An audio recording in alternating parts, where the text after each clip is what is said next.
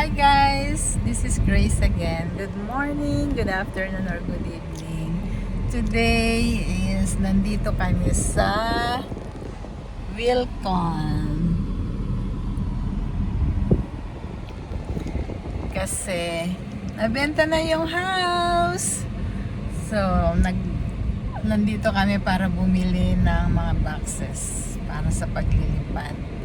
And nakakalungkot na masaya, pero yeah, marami rin kasing memories sa bahay.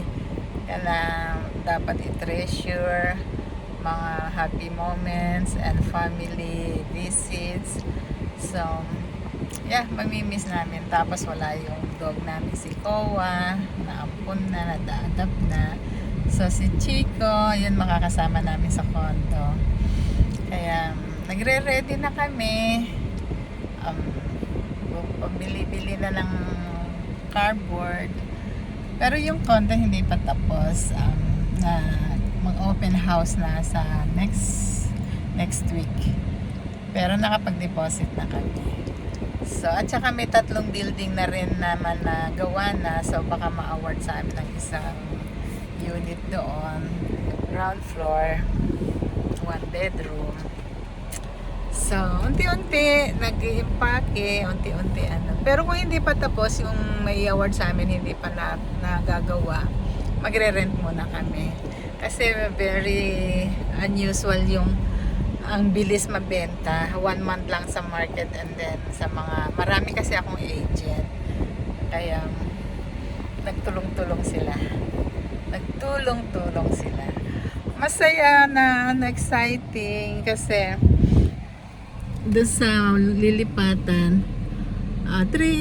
not a high-rise condo naman, mid lang siya, mid-rise condo. Tsaka ang maganda kasi doon, meron ng mga fast food, restaurant, and like cinema, I think there is also.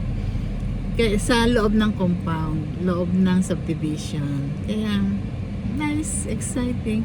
Pwede ka ng pagkakain mo, pasyal-pasyal doon, walk around, kasi may gym naman, may swimming pool, may playground din, aside sa additional amenities na fast food, coffee shop, restaurant.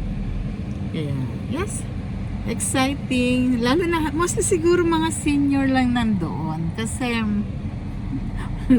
low rise lang siya. So, we'll see in Jesus' name na makakuha kami doon sa tapos na para makalipat agad, ma-save yung rental. 32,000 for semi-furnished yung mga naka-line up na rental. So, yeah. We'll see. First time ko palang titira sa condo. Limited space. Walang garden, wala ka nang lilinising patio or garage. So, panibagong adventure na naman to sa atin.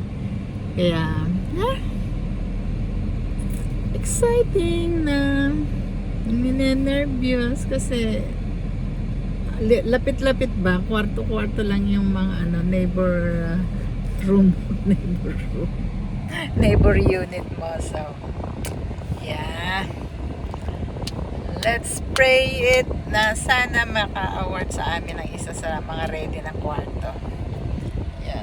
Konting halaman lang madadala. Siguro mga 3 piraso lang. Kasi ang lit lang ng patio. 1 bedroom apartment. Kukunin namin. Kaya maging minimalist lahat ng gamit.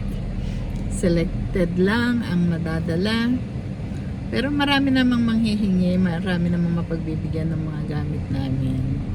So, hindi rin naman masasayang. Yes! Finally! Ito si Mr. Naghanap na ng box dito sa Wilcon. Wilcon!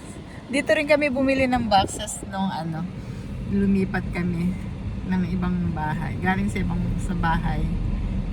Dati namin bahay, lumipat dito sa Timog Residences. So, yes people, ang bilis, 1 month lang.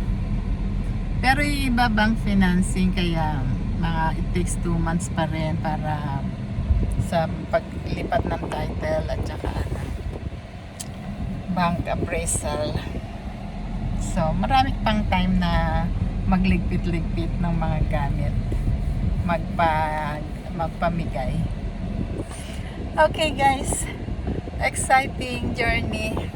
Thanks for watching.